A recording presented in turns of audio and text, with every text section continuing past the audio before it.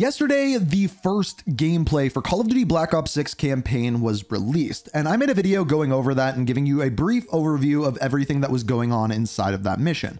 But I guarantee you there was a bunch of small details that you missed throughout this campaign gameplay, some of which relating to the characters in the game and others relating to the gameplay itself. And I thought I would make a video taking a little bit of a deeper dive into all of these things. And if you like story, specifically Call of Duty story, you're in the right place. That's essentially what I do on this channel. So you're gonna wanna make sure you subscribe, have notifications on, and if you like these type of videos, be sure to hit that like button and it'll show me to make more like this one. But let me give you an example of one of those small things that you probably missed. Up through the service hatch. You two first. I'll give you a boost. You first, Adler. Come on, Case. As we find out in this trailer, the character who we play as is known as Case, and that is of course a code name. And in fact, when we first look at the start of this mission in the bottom left-hand corner, we can see that we play as Case in Washington, D.C. at Capitol Station on February 2nd, 1991 at 9 p.m. Eastern Standard Time.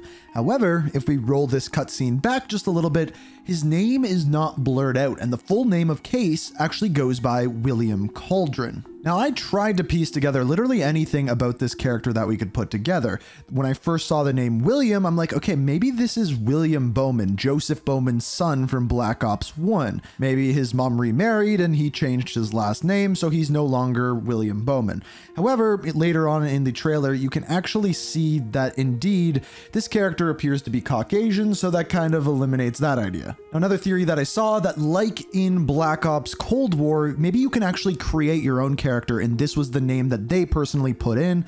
But I would find that very weird if they would put just one of like the developers' names just in the beginning cutscene. I feel like this was done on purpose, and as of right now, I can't quite figure out who this is. So maybe leave your theories down in the comments, and if I figure it out, maybe I'll make a future video on this one if you guys want to see it. Now, speaking of characters, let's go over the rest of the characters in this mission. Starting out in the vehicle, we have Troy Marshall and Felix Newman, who is kind of like this tech genius bad guy that they've adopted into their CIA squad. Now, just to point it out, in this very opening scene, we go inside of a police car, and it appears as though Troy Marshall and Felix Newman have actually taken out the police driving this car, tied them up, and are using it for their own. So this kind of further amplifies the idea that our characters are not necessarily going to be the good guys. We could kind of be on the bad side of things, taking out police and tying them up, for example. On the inside, we play as Case, but we are alongside someone called Savati Dumas, who is a mysterious female assassin. We don't know much about her yet. And then finally, we have Russell Adler, the character that we saved from the CIA black site, and we all escaped together. Now, this brings us to how the mission will actually play out. So the first part of the mission that we see, we have to break into this campaign gala and basically get a picture of someone's retina to use on the CIA black site. And there are several ways that you can complete this. The first of which is called Highest Bidder, where there's someone by the name of Gabriel Armato who you can actually talk to and potentially bribe to have them get you a picture of Senator's eye. The second one is called Covert Affair. This one you have to find out and blackmail based off of information you get on the senator and the senator's wife. Basically, you have to listen in on his entourage, retrieve a tape, and return it in an unmarked envelope to the wife, therefore blackmailing them and getting the retinal scan. And the final way is finding out information about Aldrin Energy and using it and its ties to Senator McKenna and using that to get the retinal scan. In other words, there's going to be multiple ways to complete this, all of which sound different and fun, and you'll have to play the mission several times to actually figure out what they all are. There may even be more than this that we don't know about yet. Now, another weird thing that I noticed is at the beginning of this mission, it says it takes place on February 2nd, 1991. However, at the beginning of the mission, when you use the camera gives you a specific date of November 14th, 1991. Now, I tried to look up any historical significance. I really couldn't find any. There was a downed Pan Am Flight 103 where 2 Libyan intelligence officers got in trouble for it, but other than that, that's pretty much it. So if you have any ideas why it would give you a different date on here, let me know down in the comments. The second part of this is actually getting into the CIA black site. So once you use that retinal scan and get inside, once you enter the CIA black site, we find out that someone else has already been there, a group known as Pantheon. Now, this is going to be the group of bad guys that we are fighting throughout the game, and they are mysterious. We don't know who is leading them, who is behind it, at least as of yet. However, we did get one piece of information on Pantheon, and that is when the Juggernaut comes out of the elevator,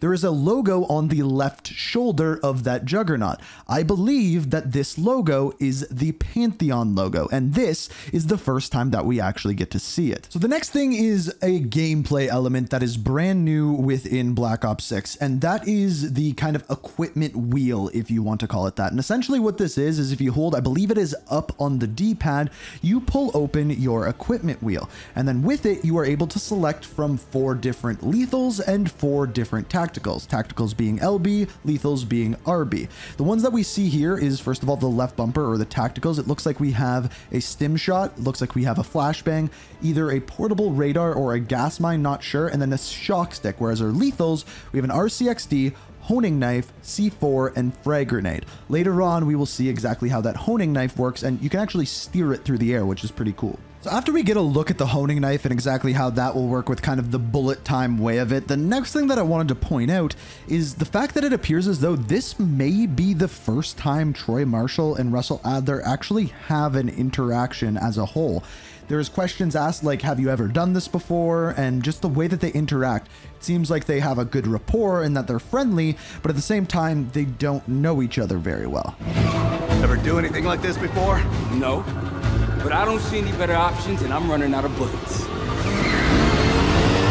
Now, another little side detail that was actually given in the blog post on campaign is after the section where you use the retinal scan and go into the black site, they actually give you 2 options. You can go in guns a-blazing, or you can stealth your way through the next CIA black site section. So there is going to be stealth options throughout these, and maybe there will be kind of different endings depending on what way you actually complete the mission. We don't know that as of yet. Now, of course, with normal Black Ops fashion, this has actually left us with a lot more questions than answers. First of all, why was Russell Adler captured in a CIA black site? We know that they think that he has gone rogue. And why was Pantheon in there to begin with? Were they trying to go in and capture Russell Adler? And on top of that, who is Pantheon? In fact, that's one of the questions that they pose within the blog post, but of course, they redact it. We don't know who the leader is, why they are there, or what they want with Russell Adler or the CIA black site as a whole. Of course, with Black Ops, we have more questions than answers, and without knowing anything more about the campaign, we won't have answers. But what I like to do on this channel is try to take a dig into deeper detail and try to figure out some things before the game is even launched. So if you want to stay up to date with that, you're going to want to make sure that you're subscribed and have notifications on. And of course, there's some other things that we need to address over the coming days as well. First of all, who are all of these characters that are returning? Who are new? Who is coming back? What are their backstories? And on top of that, how do they play in as a whole? What is the timeline of these characters leading up to these events? Those are all things that I'm going to cover in the coming days, and if you like Call of Duty story, like I said, this is a channel that you'll definitely want to be subscribed to. But hopefully you enjoyed the video. If you did, hit that like button, and as always, thank you so much for watching, and until next time, peace. We are reaching for the stars, but we're